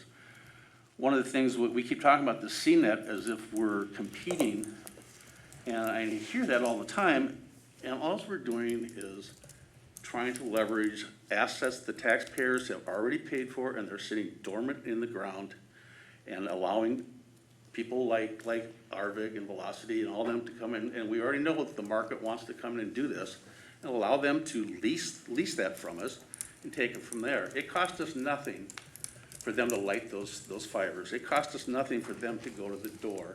What we get out of it is a lease charge that we'll get for them using the fiber, and that's gonna, again, leverage our costs down as far as handling our INET and the whole structure we put in place throughout the county. And I do believe this is economic development as well. I think it will help drive businesses to Dakota County, which is very important to us. When you look at Egan, yeah, they made some mistakes. You know what they did? They lit up their fiber and they put nodes everywhere, and it cost them a fortune. It was one of those build it and they will come. That's not what the DBB is doing. All we're doing is looking at assets that we already have and are paid for in the ground, and allowing companies to come in, private companies that want to come in and service the areas. And that's all we're doing. And so I don't understand why there's this resistance to letting the market come in and do its thing like they always do. You know, I just heard you saying, I heard it earlier today, nobody in town is asking for higher speed. Well, if that's the case, these companies will do their due diligence and they'll do their marketing. And if there's nobody that wants it, they're not gonna lease it from us. But I don't understand why we would not want to have a revenue source that can help us offset the cost of the fiber throughout the county. It just doesn't make sense not to do that, especially in these times when revenue is so important to us in our city. Okay, Councilmember Workman. Thank you. I have a point of clarification. I understand that it might not cost money to theoretically flip a switch to turn on a line of fiber, but there's still an ongoing budget for the DBB continually. That's not $0. So there is costs attributed with this that we're going to be participating in. And to your point, Dan G., if people aren't seeking it, and I'm not trying to start a debate here, but if people aren't seeking it out, the CNET, and we're going to continue to pay these dues and watch these budget numbers increase year over year over year, then it at some point does start costing money with no return on that investment. And so that's where my problem comes into this, is if we're going to continue to contribute and nobody's asking for this, then it seems like we're just throwing money at something that's not materializing. And that's, I think, where my point of contention or confusion is coming in. And I don't know if you want to respond to that. You certainly don't have to, but Whenever you're ready. that would be my main question right now. The broadband, Dakota Broadband is about managing the system throughout Dakota County. It's about leveraging all of our cities together. So we have a company that's out there that's managing the system. They're fixing the system when it needs to be taken care of. They're locating the system. It all happens together as a county, which leverages our costs. So the more people that get on board, the less it's going to cost each city as they do things. The CNET or the dark fiber, in my mind, is almost like a bonus. We've already paid for it. It's in the ground. It's not like we're going to take 100 fibers out and just keep the 7 fibers we use. It's in the ground, and if someone wants to pay to light that fiber and deliver whatever they want to be, whether it's content to the home or a business, or maybe it's a business that's got 3 different businesses it wants to hook fiber to for their purposes. Why would we not already use that? Because we've already paid for it. It costs us no more. And we're gonna continue to lay fiber out here because we have to get the whole system together. I mean, that's just gonna happen. In Burnsville here, we have very little fiber left to lay. I mean, we're getting pretty close to done as far as layers. So we're not gonna be, and we don't pay for fiber that other people put in. If West St. Paul wants to put in fiber, they pay for that. That's how it works. We don't pay for any of that. They add that fiber to the network, which helps leverage our cost for our fiber here when we're doing the locates and doing the repairs and then the management. Can I ask one quick follow-up question? Sure, and then I'll go to Keely. So, I understand that the cost to install has already been established, paid for, and we've walked from that. So it's in the ground, that's been paid for. Like anything else, the more you use it, the more service that it's gonna require, the more upgrading it's gonna be needing. You know, the costs, I don't think, are just stagnant. The more that you use it, it doesn't just continue to just stay stable. So I mean, I don't know that you can project that just because it's buried in the ground, that costs won't go up, that they would go down just because people are using it. And I'm not a fiber scientist by any means, but I would imagine it's like anything else where the more use involved, the more likely it is to break and need to be repaired, which comes with added costs. Now you're saying that the more companies that would sign on through the CNET would reduce those overall costs, because then you're starting to turn a revenue that would in theory then reduce our buy-in costs, because then it becomes more reliant on the sale of the fiber rather than the contribution that each city is putting into the DBB. Yeah, that's just a piece of it. The other piece is the miles that the other cities are putting in Dakota County, which helps offset the overall cost of the operation of fiber throughout Dakota County. But it also expands our liabilities and the need for those future repairs that Tom talked about. We carry insurance for that. DBB carries insurance for that. I mean, that's what For maintenance, though? insurance is about. I don't know anything about insurance. Well, you should look it up. I mean, Thank you. and Tom can give you a lot of the technical reasons why that happens. I don't wanna, I don't think you can sit here and say with any certainty that the more we sell, the less the cost will be, because I think the broader that this gets, the bigger the exposure is to those vulnerabilities in the system and maintenance and so on and so I forth. think Tom can answer that question. Tom, My do you want to face is take that bright before red I go right to now. Keely and Kara? Council members, as I've presented over the years, one of the things or terms I've used is this is 50-year infrastructure. And typically that means that the fiber itself does not impede in terms of performance. It's the equipment that's hooked up to it on each end. And the DBB today provides the maintenance on the fiber infrastructure only today, not the equipment that's hooked up to it. So the performance of the fiber is going to remain the same over time, even as more customers and more entities utilize that fiber. So the maintenance of that fiber doesn't necessarily increase because it's in the same conduit, it's in the same shape, though you have to take care of it no matter how many customers or how many fibers are in that conduit. But the bandwidth opportunities continue to increase because that's where the equipment is necessary. If you want to increase your speeds, you change the equipment that connects to the fiber. And that's where your cost may increase if you want to continue to increase your speeds. But that's up to the customers. And that would be the customer premise equipment. And they pay. So the maintenance of the fiber itself, as it relates to budgetary costs, as other members in the DBB add route miles, and that's what we call it, route miles of fiber, the calculation used to determine the budget for each member depends on how many route miles they have. And because if our route miles are continually similar and don't increase very much, because we don't have very many large projects remaining, as other organizations or members increase their projects and continue to build out their fiber, their route miles will increase, and therefore the budgetary impact will actually allow us to see a decrease in our budgets. And we're actually seeing that for the first time in 2021. It's only a $900 decrease in the proposed budget for the DBB, but it's because of the increase in route miles by the other members that we're seeing an actual decrease. So if that trend continues, we'll continue to see a decrease in our maintenance through the DBB. It's only a $900 difference in the next year, but we should continue to see that. Okay, Councilmember Keeley. A couple questions. What is the additional cost if all of the cities were to sign on for the CNET? Is it just you flip a switch, or what are the capital costs on top of what we've already invested to be able to actually set up a CNET?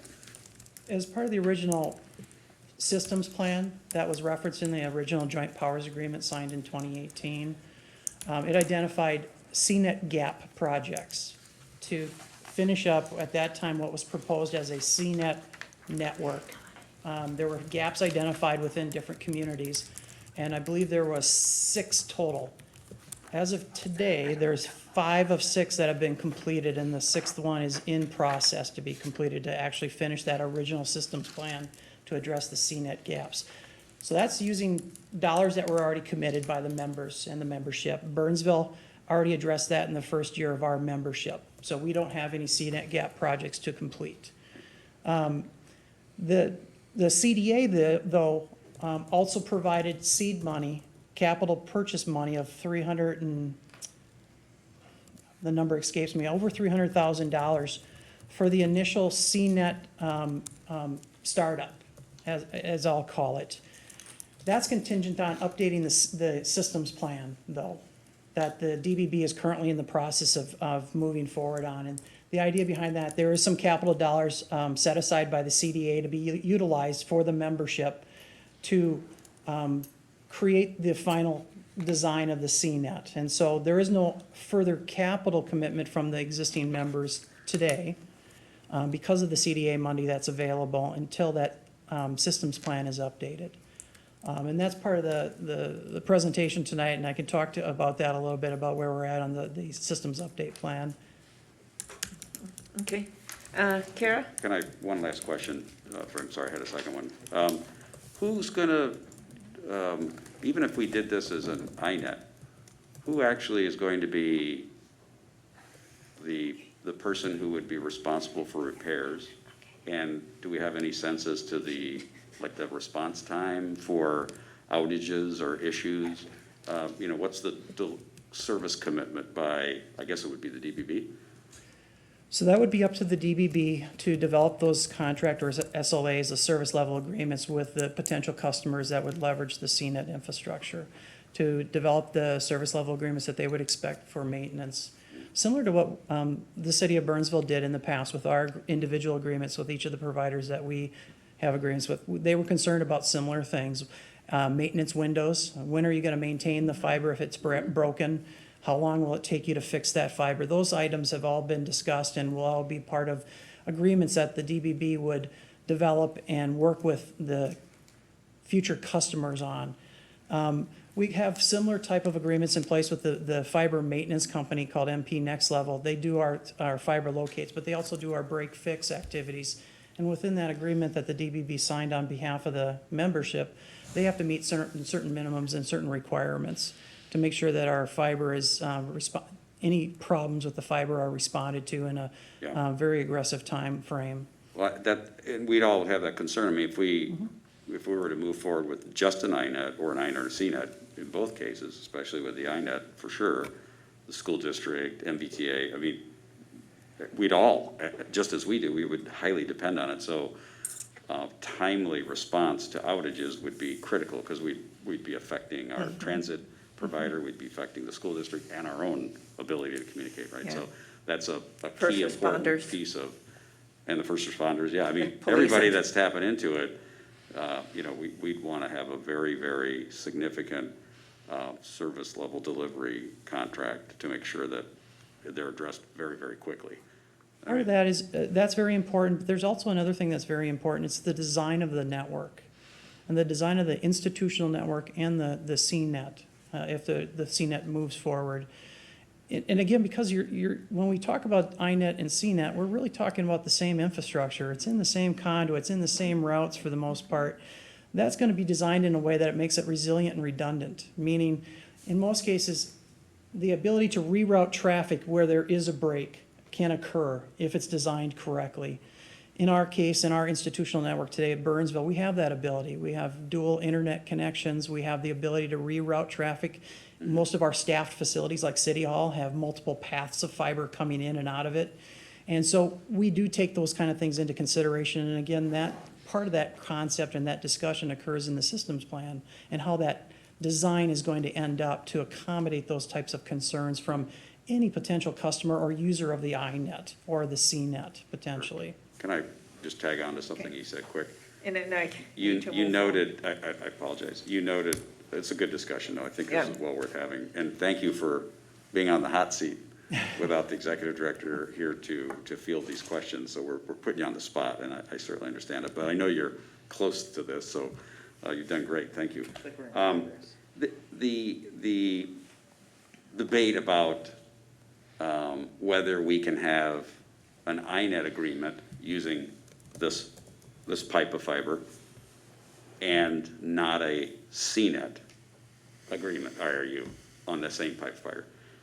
Describe in from your perspective, what's the difference between the fiber itself and then the contracts and policies that govern the traffic, the data traffic on it? The difference between those two? Yeah. The fiber obviously is just infrastructure. It's a material that needs to be maintained. But it also has to be maintained in a way that relates to a contract that's in place either for customer use or our own organizational use.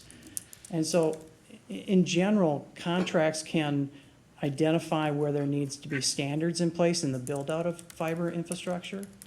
They can address any concerns about service level issues and maintenance windows, as we've indicated, or agreements that third parties may have with their own customers that we have to meet. And so in most cases, those two pieces are married together in many ways. And again, I can only turn back to what we've done over the last 10 years with our fiber. In many cases, we tried to standardize as much as possible to make sure our infrastructure was carrier class, and I use quotes, because we did ask for that design concept back when we brought it forward in 2009, so that it could be considered and then tied to agreements that any carrier or any customer potentially using that infrastructure would feel that we can live up to meet their requirements. And that's really where the fiber infrastructure and then the agreements really can be tied together so that we can show one relates to the other. It really is an ongoing discussion that we have at the DBB. As we do this, it's an educational process for many of the DBB members. We've been ahead of the game in terms of where we're at and our experiences. And the concerns that are being talked about tonight are things that have been brought up and are continuing to be discussed as it relates to the IRU. The DBB has recognized that Lakeville, Burnsville, and Dakota County have some issues with the IRU language as it relates to CNET and as it relates to liability. They want to continue that conversation. Nothing has been taken action on at this time. They realize it may take some further discussion, and that's what they're willing to continue to do to address any ongoing concerns. They are looking for additional input. They want to continue that feedback with their next meeting. They also want to continue that as the study, the systems plan update proceeds, with the anticipation when the update is completed and brought back to the DBB for further discussion. They're going to wrap in the IRU conversation. They're going to wrap in the CNET conversation. They're going to have input from stakeholders. The stakeholders being not only the membership, but stakeholders identified as part of the systems plan update, which would mean the businesses, the residents, the schools, healthcare, and potentially other partners, MVTA and others that are leveraging those assets today, or may be leveraging those assets in the future. So we will continue to have this conversation about the contracts and the service level agreements and what impact. That has also been something that some of the service providers have raised, concern about guaranteed levels of service, the quality of the infrastructure. But that's also one of the benefits of what the DBB is providing. They're trying to standardize the quality and the way that the DBB infrastructure is being built out. Now, we're, again, ahead of the game because we've already done a lot of build out, but they're also trying to use us as an example to continue to build out for other members in the way that Burnsville has done it over the last several years. And that we'll continue to do it as we build out to other smaller projects that we're going to continue to do. And I'm sorry, I may not have answered your question, Well, but. you did open a door. Okay. Because I think you've heard the majority of this council is asking for a separate IRU for the INET and the CNET, and it sounds like that still could happen pending the study and some further discussion. Yes, that definitely. I can go through a couple items on the slide that's up right now, just to talk about that to some degree. So some IRU language, So can I go to Kara? She has a question before you get to the IRU discussion. No, he can go through this slide and then I'll ask my question. That's fine. Okay. some recent IRU language changes were proposed and brought forward at the August DBB meeting. The DBB board as a whole felt that there was further discussion that was needed. It did not answer all the concerns and questions that have been raised in the past several months. It mostly related to the change in language in the IRU and the JPA to create and codify a member approval process for use of assets for CNET projects. So basically giving each individual member the ability to say yes or no to any use of city assets or member assets for CNET related projects. But it didn't go far enough in terms of what some of the three entities were asking. And so the board recognized that and want to continue the conversation. They also felt that it was necessary to define what the CNET is. That's still a conversation that's going on as we're having similar conversations. And what does that end up looking like and being? And that's really what the systems plan update is hopefully going to address, so that some concept of CNET can be understood and what that end goal is going to be. And with the idea that it's also going to continue to address the local control and the liability concerns that have been raised. As part of that, the board requested a full inventory of non-DBB member uses of fiber. And all that means is who's using our fiber today that is not a member. So we're going to provide a list of who that is.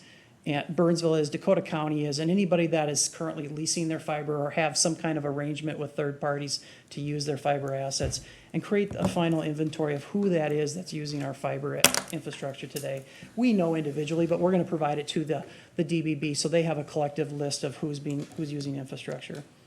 And then the board also requested, again, as I mentioned earlier, additional IRU input language for further discussion in October and subsequent meetings. With that, I'll pause for your questions, if you have any. Councilmember Schultz. Kara? So I am happy to hear that you're looking again at further IRU language changes, because I implore the DBB to separate out the CNET and the INET into separate IRUs. I really strongly suggest that, so that maybe we can get past our impasse. So that makes me happy that perhaps they're open to that, because what started to really raise alarm bells for me was the language was separate. They were not separate IRUs, but the language was separate. Burnsville, other communities, the county, raised questions about it, and instead of addressing that and separating it out, instead they took the language and mushed it together further. So they did exactly the opposite of what they asked. And when you're entering into a partnership with a group where you're going to work together on something, that's not the way to go on that. That's not the way to build trust and to say, come on, trust me, this is going to be a great experience and we're going to work really well together. So I am happy to see that. As far as doing the INET, I can absolutely understand the cost savings and why we would want to go into that. And also leasing our fiber to other types of governmental agencies. Like, I get that as well. But I am very cautious on the idea of us engaging in the CNET with the group. Because number one, I do think we're getting into a level of competition that I don't think is a proper role for us to get to. But also, the last 6 months has really brought home to me that our government can do a level of control and shut things down in ways that we never contemplated would happen in our country, in our state, and in our city. And then we would have private business on assets that we own, and we could turn them off, or we could be ordered to turn them off. And although people will say, oh, that's so outlandish, can anyone right now really say that that is just out of the realm of possibility? Because I don't think it is at that point.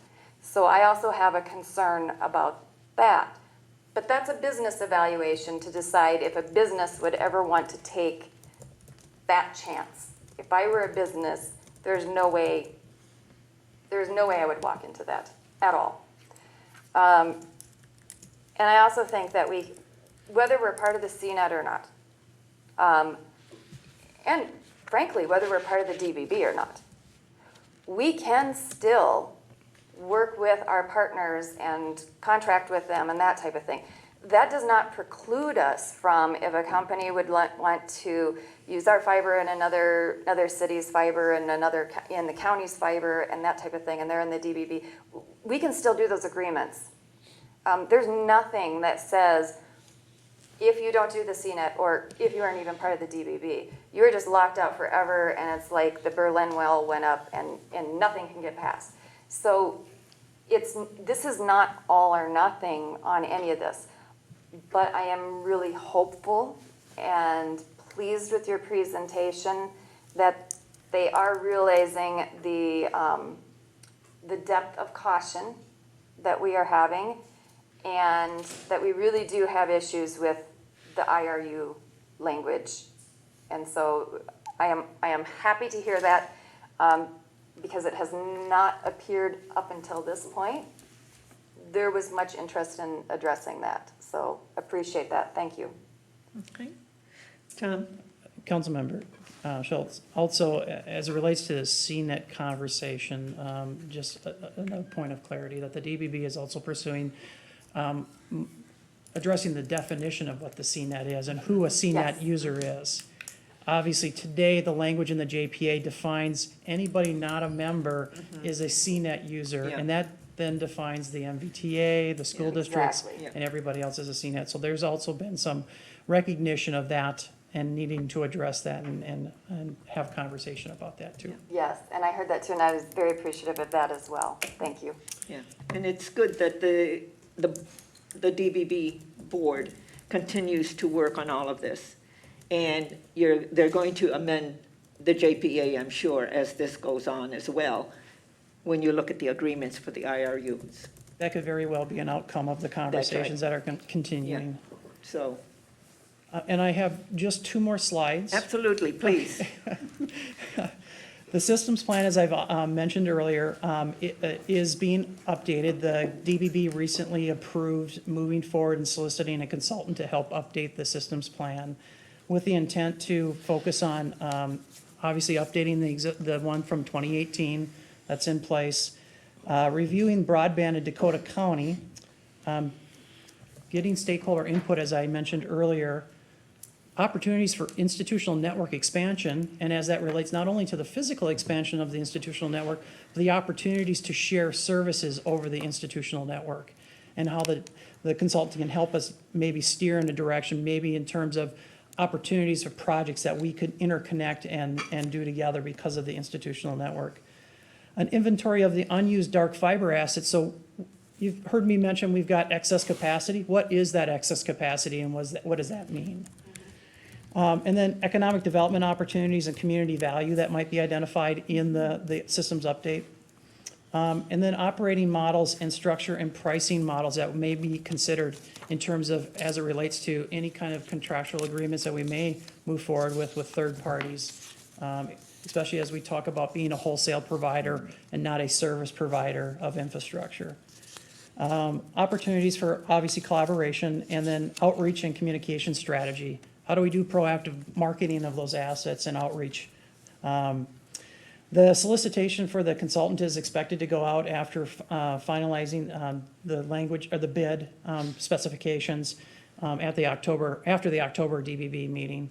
And then with the idea that a report from the consultant would hopefully come back in early 2021 so that they could act upon that to make some decisions and continue that conversation during that time period too about IRU and CNET definitions that we've talked about. Okay.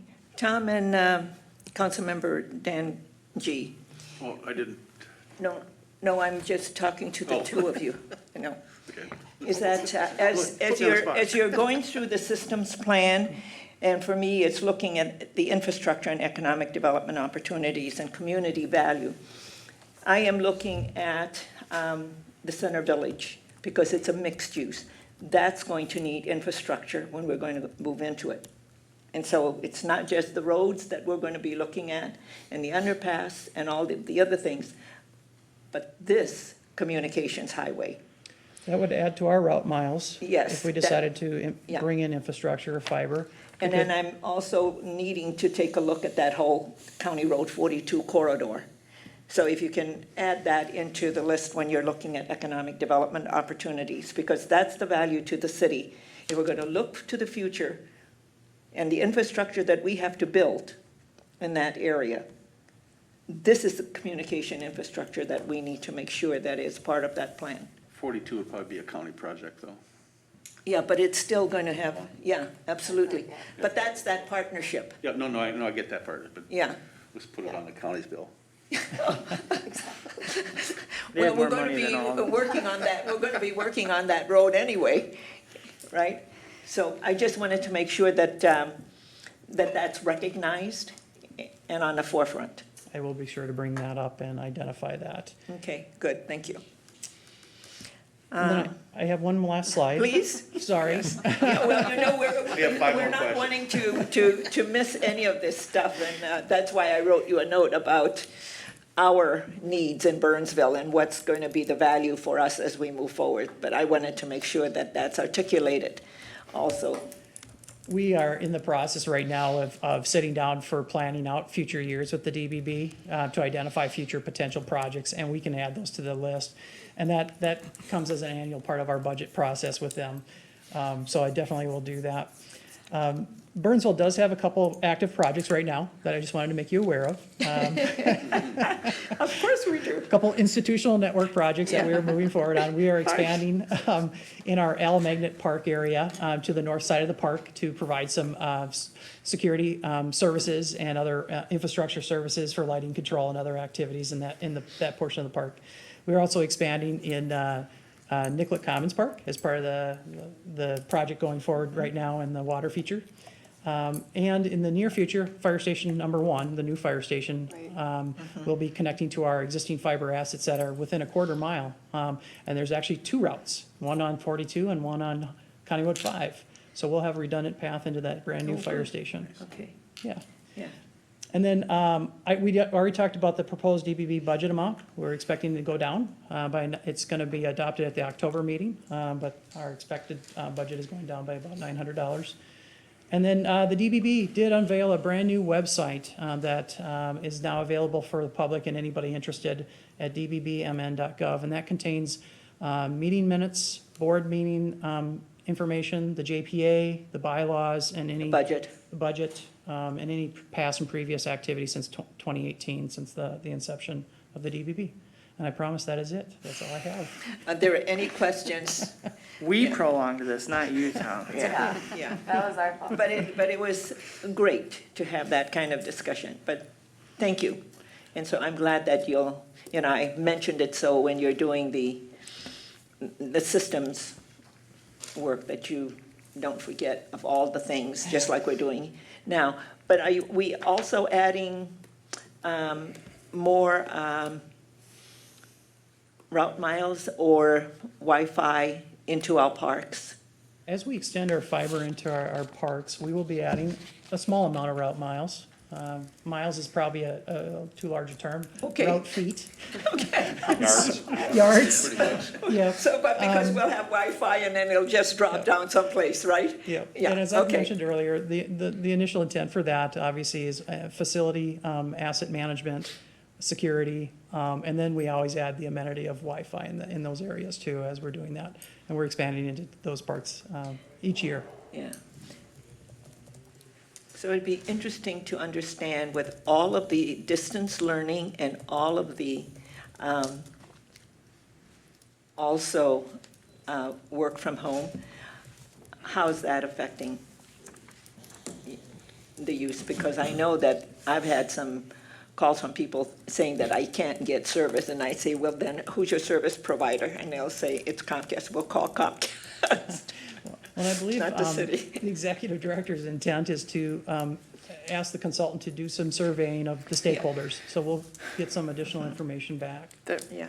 That raises a good question, though. If that were to continue to happen, then, are we fielding those calls if internet's not fast enough? Does that become something that we're obligated to respond to at that point? Well, I had two.